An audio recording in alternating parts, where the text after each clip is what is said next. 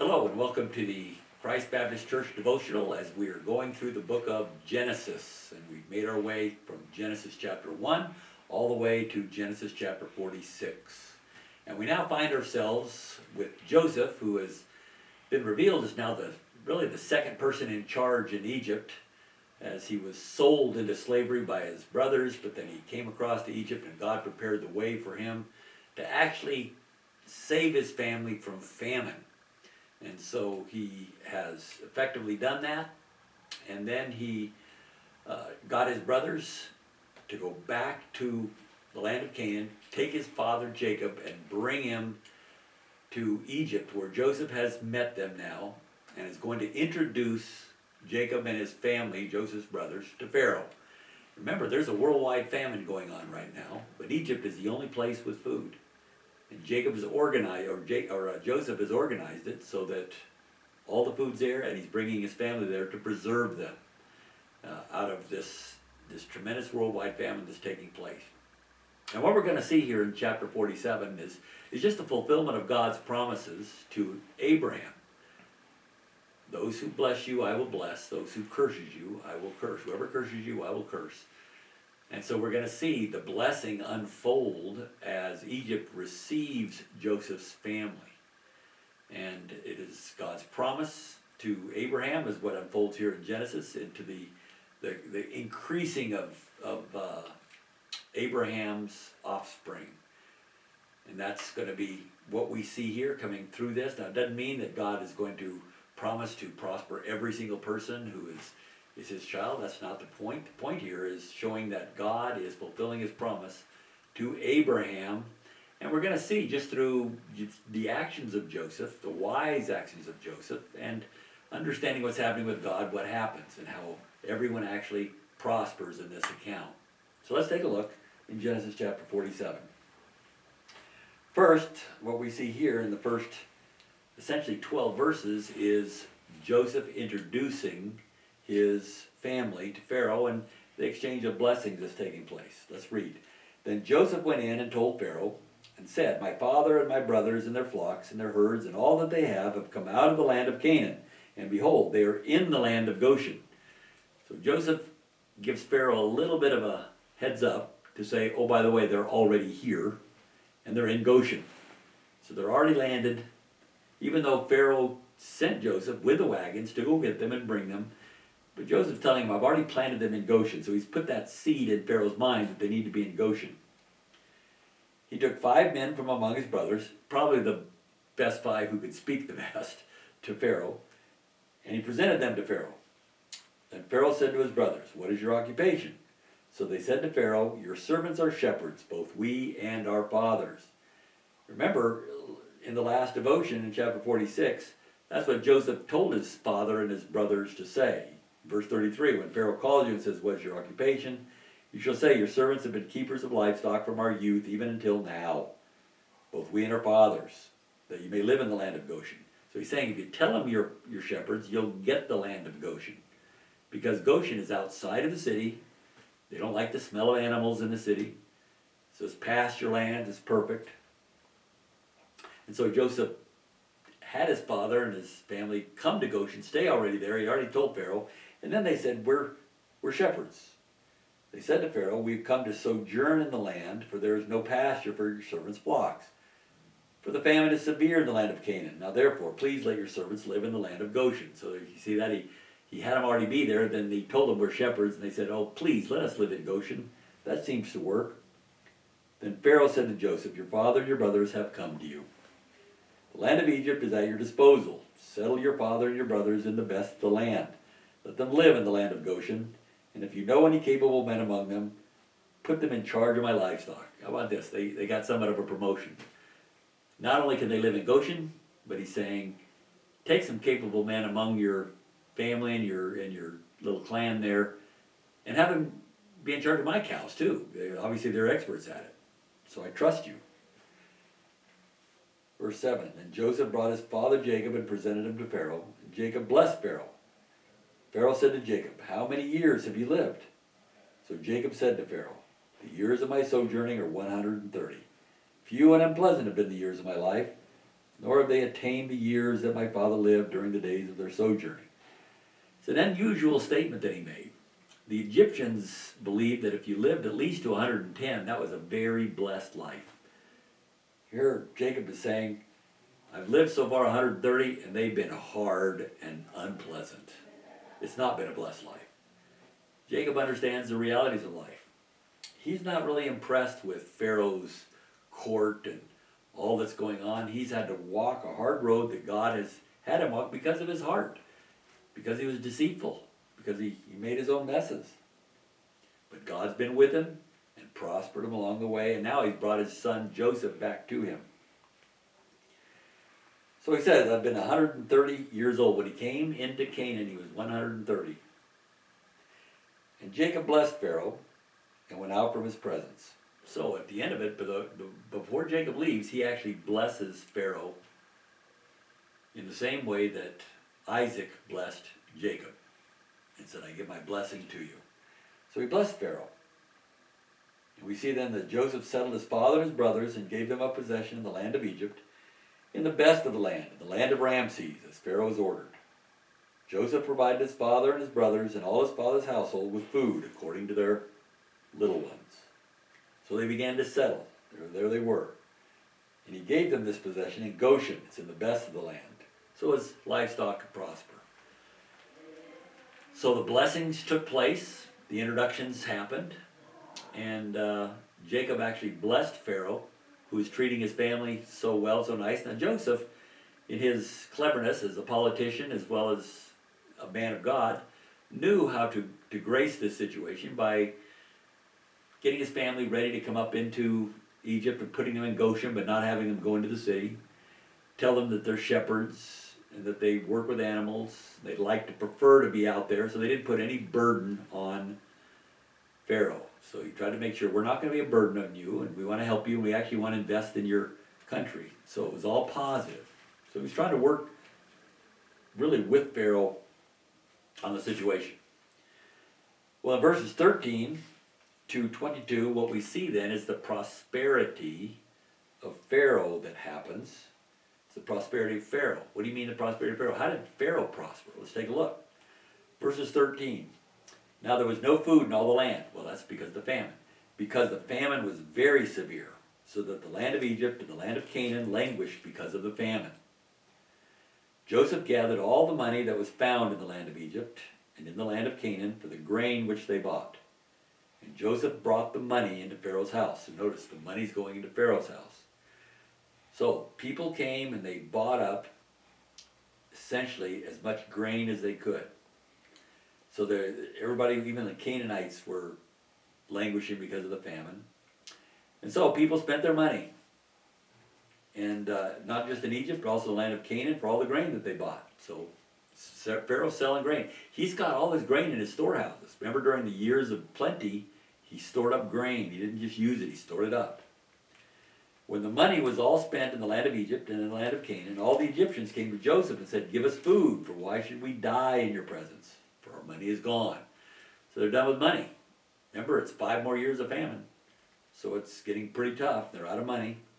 Then Joseph said, give up your livestock, and I'll give you food for your livestock since your money's gone. So they brought their livestock to Joseph, and Joseph gave them food in exchange for the horses and the flocks and the herds and the donkeys, and he fed them with food in exchange for all their livestock that year. So no doubt Joseph took their livestock as payment. That livestock became now under Pharaoh. So Pharaoh now owned all the livestock in the land. People gave up their animals so that they could get grain. Verse 17, so they brought their livestock to Joseph. Joseph gave them food, in exchange for horses and flocks and the herds and donkeys, and he fed them with food in exchange for all their livestock that year. Now, when that year was ended, verse 18 says, they came to him the next year and said to him, we will not hide from my lord that our money is all spent. The cattle are my lord's. There's nothing left for my lord except our bodies and our lands. So now they're done. They've got no money, they've got no animals. Why should we die before your eyes, both we and our land? Buy us and our land for food, and we and our land will be slaves to Pharaoh. So give us seed that we may live and not die, and that the land may not be desolate. So now they're giving their land. They give their money, they give their livestock, Now they're saying we're going to die, we're going to starve, there's still more famine coming. Buy our land from us. But we'll give you land, you give us food. So that's what he's buying it with. Not with money, but with food, with seed. They're afraid they're going to die. So verse 20, so Joseph bought all the land of Egypt for Pharaoh, for every Egyptian sold his field, because the famine was severe upon them. Thus the land became Pharaoh's. So now Pharaoh owns the money, he owns the livestock, and now he owns all the land. As for the people, verse 21 says, he removed them to the cities from one end of Egypt's border to the other. Only the land of the priests he did not buy, for the priests had an allotment from Pharaoh. They lived off the allotment which Pharaoh gave them. Therefore they did not sell their land. So now Pharaoh himself, remember Jacob blessed them, verse 10? Jacob blessed Pharaoh, went out from his presence, just like Isaac blessed Jacob. Look at the blessing that takes place. Whoever blesses you, I will bless. Whoever curses you, I will curse. Look at the blessing that took place for Pharaoh. Now this doesn't say Pharaoh's a good guy. It doesn't say Pharaoh is blessed by God because God thinks he's a great guy and he did so good. That would be our worldly thinking that takes us there. No. This is saying God promised that whoever's blessing his seed will receive a residual blessing because of it, as his seed is now proliferating. He's seeing that. And we saw it in the land, the livestock, the money. All of that went to Pharaoh. And so Pharaoh got blessed. Next, what we see in verses 23 to 26, we see that Egypt actually gets blessed. The people actually get blessed. Look at verse 23. Then Joseph said to the people, behold, I have today bought you and your land for Pharaoh. Now here is seed for you, and you may sow the land. So he's taken everything from them. They've sold it. But he says, now here is seed. At the harvest you shall give a fifth to Pharaoh, and 4/5 shall be your own for seed of the field, and for food for those of your household, and for food for your little ones. So they can farm on Pharaoh's land, but they have to give a fifth of it, 20%, to Pharaoh. So that's the cost of being a farmer now. 20% of all that you make goes to Pharaoh. So he owns your land, and you pay him for what you farm, 20%. But look what they said, verse 25. This is why they're blessed. We here might think they're not so blessed, but remember, they would have died of starvation had Pharaoh not have done this for them. So they said, you've saved our lives. Let us find favor in the sight of my Lord, and we will be Pharaoh's slaves. Joseph made it a statute concerning the land of Egypt, valid to this day, that Pharaoh should have the fifth. Only the land of the priests did not become Pharaoh's. So they're very happy that during this famine, when they all could have died, Pharaoh's business dealings under Joseph made a way for them to live. And they were tenant farmers then. They didn't own the land, they didn't own any of that, but they would have died. And so they were very happy from their own interpretation. They're saying, we are blessed because of you, Joseph. The people are saying that they lived. And then, you see in 27 and 28, Israel is blessed. Now Israel lived in the land of Egypt in Goshen, and they acquired property in it and were fruitful and became very numerous. You see, Goshen was a very good land. That's where their animals were. And so notice that Egypt, or Israel, was not suffering here, and they didn't have to give up their animals, they didn't give up their land, and they acquired property in it. So they were able to acquire property, and were fruitful and became very numerous. Jacob lived in the land of Egypt 17 years, so the length of Jacob's life was 147 years. So you're right, he didn't live as long as Abraham, 180 or so years, but he did live 147 years. So close. And as he lived there for 17 years, his children prospered and they acquired property. So we see that under Jacob's blessing, Pharaoh was blessed, Egypt was blessed, and Israel was blessed. And finally, out of this, because Jacob was saying, few and unpleasant have been the years of my life, it's time now for him to die. He's going to die. So verse 28 gives us a summary, but then now we get 29 to 31, tells us about where Jacob's focus is. And it's not in the prosperity that his family's receiving in Egypt. His focus is on God's promise that he'd have the land of Canaan. So when the time for Israel to die drew near, he called his son Joseph and said to him, Please, if I have found favor in your sight, place now your hand under my thigh, and deal with me in kindness and faithfulness. Please do not bury me in Egypt, but when I lie down with my fathers, you shall carry me out of Egypt and bury me in their burial place. And he said, I will do as you have said. He said, Swear to me. So he swore to him. Then Israel bowed in worship at the head of the bed. So in this last little bit of an exchange, it's not final. There's still a couple more chapters that Jacob and Joseph are talking. But when it came time for him to die, he just said, Please, whatever you do, don't bury me in Egypt. I don't care about the prosperity here. I don't care about anything. God made a promise that our land is in Canaan, and I'm holding that promise of what's coming. Maybe I don't see it when I die, but I'm holding on to that promise all the way to my death. Please do not bury me in Egypt, but when I lie down with my fathers, you shall carry me out of Egypt and bury me in their burial place. And he said, I'll do as you have said. So he made him swear to him. It was so important. Jacob was holding on to the promise of God because he saw God's promise realized before his eyes. He saw God's promise. He saw the blessing take care of Pharaoh, Egypt, and his own family.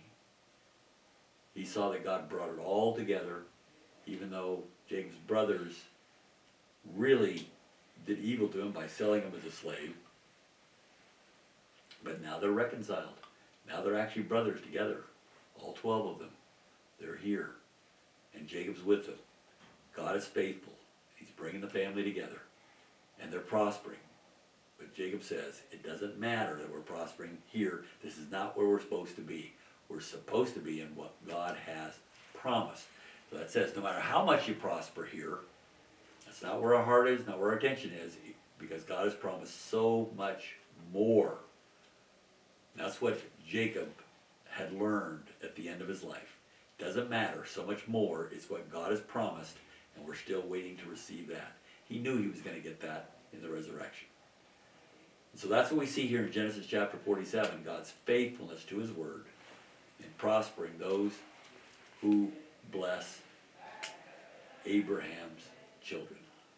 So that Abraham's family continues to grow now and proliferate. So I hope you enjoyed that in Genesis chapter 47. I hope you join us now in the next devotion, Genesis chapter 48.